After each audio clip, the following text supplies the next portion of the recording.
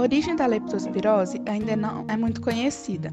Entretanto, a doença foi descrita pela primeira vez pelo médico Adolf Weil em 1886, na Alemanha, sendo conhecida também por mal de Adolf Weil ou síndrome de Weil. Ela vem sendo pesquisada desde 1883 pelo cientista Landowski e 1886 por Weil. Eles publicaram a descrição de uma síndrome clínica relacionada a uma forma de icterícia infecciosa diferente da chamada icterícia catarral, então conhecida. Foi somente em 1915 que Inada isolou um espiroqueta como agente causal, examinado no sangue de paciente icterício portador da doença descrita por Weil. Posteriormente, Noguchi deu o nome de leptospira para esse germe. Leptospirose é o nome genérico de um grupo de doenças infecciosas causadas por bactérias espiroquetas do gênero Leptospira. Existem mais de 195 sorotipos diferenciados, agrupados em 19 sorogrupos conforme as propriedades antigênicas da espécie. Tipos diferentes de leptospira podem causar a doença em seres humanos, que podem ser transmitidos tanto por animais selvagens quanto domésticos. Entretanto, o animal mais comum de transmitir a doença são os roedores.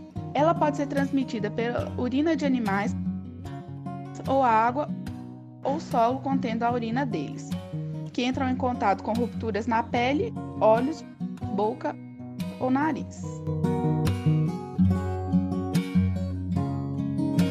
Nos países em desenvolvimento, a doença ocorre mais comumente em agricultores e pessoas pobres que vivem nas cidades. No mundo desenvolvido, ocorre mais comumente em pessoas envolvidas nas atividades ao ar livre. O diagnóstico normalmente é olhando para anticorpos contra a bactéria ou encontrando o DNA bacterial no sangue do paciente.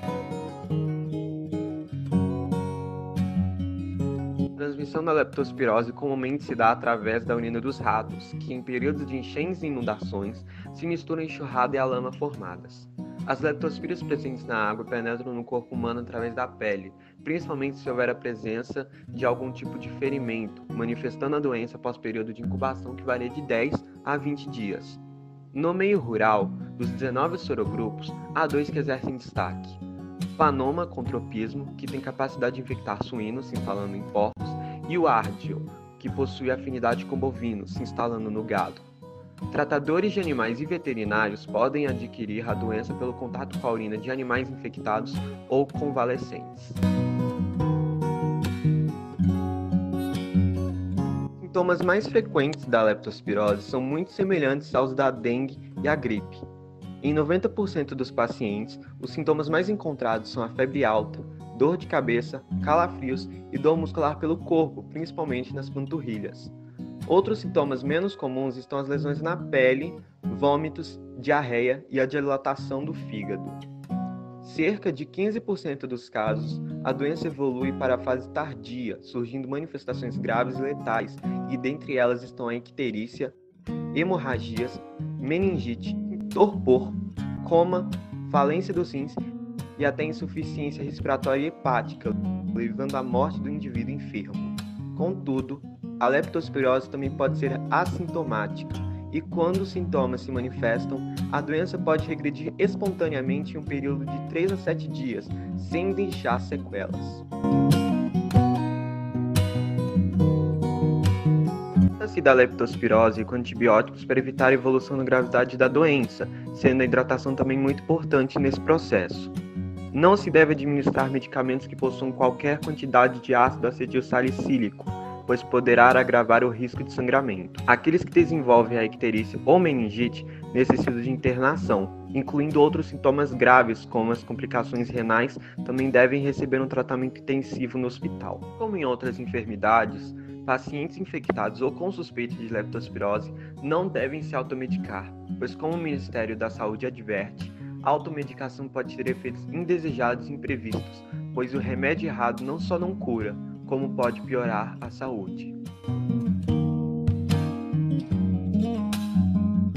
No Brasil, a leptospirose é uma doença endêmica, tornando-se epidêmica em períodos chuvosos, principalmente nas capitais e áreas metropolitanas devido às enchentes associadas à aglomeração populacional de baixa renda, às condições inadequadas de saneamento e à alta infestação de roedores infectados. Algumas profissões facilitam o contato com a leptospirose, como trabalhadores de limpeza e desentupimento de esgotos, garis, catadores de lixo, agricultores, veterinários, tratadores de animais, pescadores, militares e bombeiros, dentre outros. Contudo, a maior parte dos casos ainda ocorre entre pessoas que habitam ou trabalham em locais com infraestrutura sanitária inadequada e expostas à urina dos roedores. Existem registros de leptospirose em todas as unidades da federação, com o maior número de casos nas regiões sul e sudeste. A doença apresenta uma letalidade média de 9%. Entre os casos confirmados, o sexo masculino com faixa etária entre 20 e 49 anos estão entre as mais atingidas, embora não exista uma predisposição de gênero ou idade para contrair a infecção. Quanto às características do local provável de infecção, a maioria ocorre em área urbana e em ambientes domiciliares.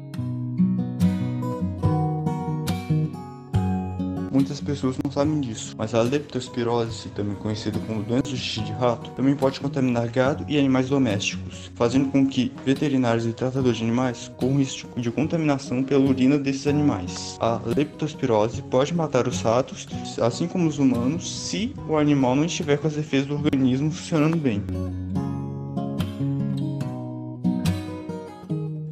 Portanto, tornam-se necessárias medidas para prevenir a doença. Os governos municipais devem investir nas obras de saneamento básico, na limpeza urbana, melhorias nas habitações humanas e no controle de roedores. O Ministério da Saúde deve controlar a doença dando enfoque às áreas de risco que possuem poucas condições socioeconômicas. A partir das ações individuais, é importante evitar o contato com água ou lama de enchentes e impedir que crianças nadem ou brinquem nessas águas. As pessoas que trabalham em ambientes de risco devem usar os equipamentos de proteção necessários. A água sanitária mata as leptospiras e deve ser utilizada para desinfetar reservatórios de água e locais ou objetos que entraram em contato com a água ou a lama contaminada.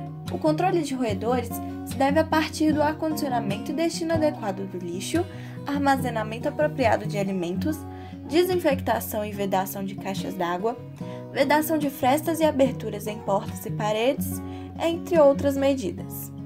O uso de raticidas deve ser feito por técnicos devidamente capacitados.